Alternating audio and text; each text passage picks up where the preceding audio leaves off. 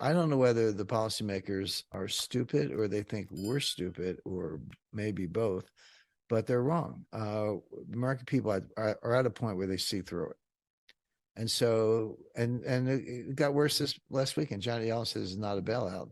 And I just explained that it was the biggest bailout in history by far.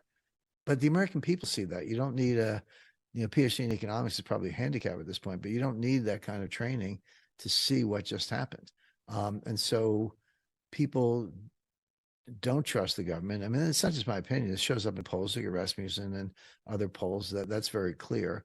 So does the Fed try to pull a rabbit out of a hat?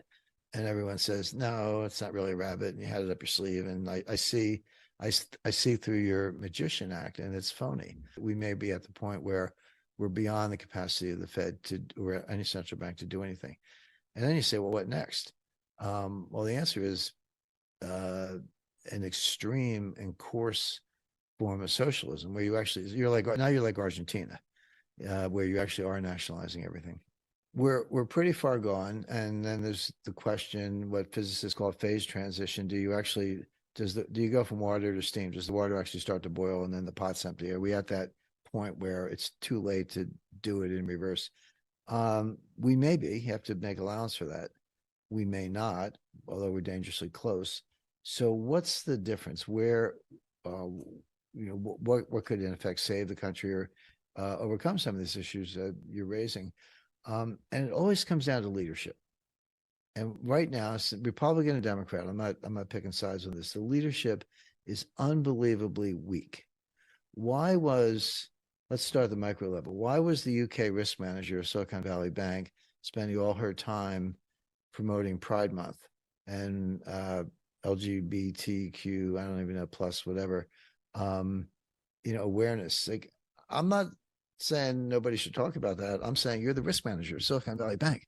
Why weren't you looking at your maturity mismatch? Why weren't you looking at the volatility of the bonds? Why weren't you basically diversifying your portfolio? Why weren't you locking your deposits for longer periods of time? Why weren't you hedging with futures and options? You're putting out the pride flag. And again, do your thing with the flag, but don't tell me you're a risk manager of a bank. All the way up to the White House. And, I'm not going out on a limb, but Biden is severely cognitively impaired. He did a little press conference, not actually, it wasn't a press conference because he didn't take questions. He made a statement on Silicon Valley Bank the other morning, and then he just walked off. If you want to see something scary and you see Biden on TV, hit the mute button. What the Germans call MOS, without sound. You just hit the mute button, and it's 10 times scarier than anything he said. I mean, he's frail, he's shuffling, he's had 2 aneurysms, he's severely impaired, but he couldn't get out of the room. The reporters are shouting questions. He couldn't get out of the room because he couldn't work the doorknob. If I'm saying that, and I do say it, that I have an intelligence community background, don't think the Chinese and Russian and Iranian and Turkish and Israeli intelligence services hadn't reached the same conclusion a long time ago. And what you do when you have people like that, you test them. So now look at how the U.S. got the budget, the debt to GDP ratio under control after World War II. World War II, at the end of World War II, is the second highest in U.S. history. The highest is today at 130%. At that time, it was about 120%. But, at least we won the war. We were a global hegemon. But between 1945 and 1980, the debt to GDP ratio declined from 120% to 30%. 30% is fine. It's like owing $5 on your credit card. You're like, yeah, no problem. Everyone would agree 30% is a very comfortable level. Angela Merkel and the Europeans said 60% is our ceiling. Carmen Reinhart and Ken Rogoff, who have done some brilliant work on this, said, yeah, and 90% debt to GDP, that's where you go through the looking glass. That's, at a lower level, you borrow $1, you spend $1, and you get more than $1 of GDP. When you go over 90, you borrow $1, you spend $1, and you get less than $1 of GDP, which means if you look at the numerator and the denominator, your numerator is going up by $1, but your denominator is going up by less than $1. What does that do to the ratio? The ratio goes up. So you're trying to borrow your way out of a debt trap and you can't get there, and we're at 130%. Here's what America does. We blow up the debt to win a war, and then we bring it back down again in times of peace. And it's like dry powder. And if we have to get into another war, we can blow it up again. And this, I trace this, my book, this is also in Road to Ruin. I took it back to George Washington and Alexander Hamilton. But so when did the debt blow up? Civil War, Mexican-American War, Spanish-American War, World War I, World War II, Vietnam, exactly when you would expect. And when did it come down? 1870s, no wars. 1950s, no wars. It was a Cold War, but not a shooting war. We've done this over and over through Republicans and Democrats. So, and where's James Baker? He was the convening power on the Plaza Accord and the Louvre Accord. This is like adult stuff where serious people get together with a serious problem and they fix it. James Baker's still around, but he's 87, 88.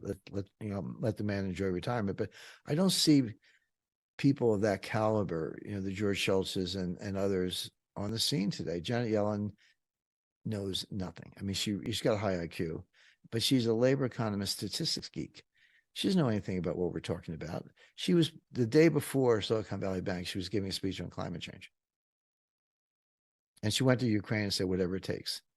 How about California? How about the United States? So she's clueless. Again, I hate cliches, but it works. But I don't see that caliber of leadership. So if you said what could fix it, some really, really strong leadership. But you can be a Republican or a Democrat. But I'm talking about seriousness of purpose, not just high IQ points, but practical approaches, good rapport. That's what we need.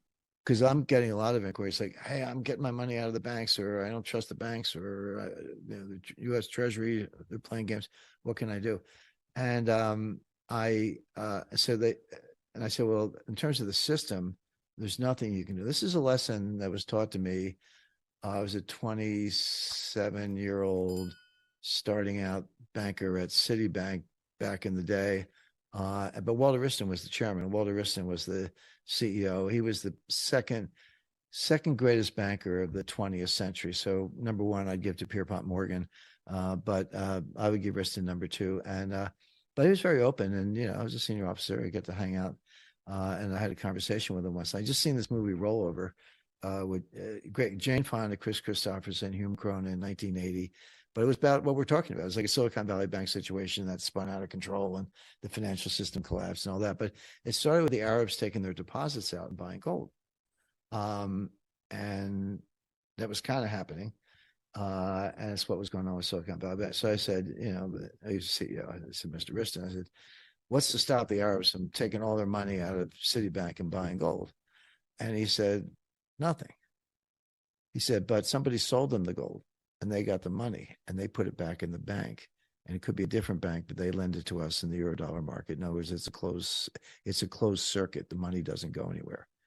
And that was like, that kind of hit me right between the eyes. It's like, actually, you're right. An individual can get the gold, but you're paying somebody else the money. They're putting it back in the bank. And at the end of the day, the money never escapes the system. It is a closed circuit. So the key ingredient is the interbank market, banks lending to each other, except now we have the Fed lending to all the banks. But that doesn't stop an individual from taking her money out and buying gold. And, I'd never do anything 100%. I've always recommended a 10% allocation, season to taste. If you want 5%, fine. If you want 20, it's on you. But I think 10% is the right amount. And it's not bank money, and physical. Take physical custody, put it in a safe place, like private vault. Don't put it in the banks because that's the first place the government will go. It's all legal, by the way, but it's your money. But it's not digital, and so you can't freeze it, you can't hack it, you can't, steal it. It's just gold, and so I think it has a place in every portfolio.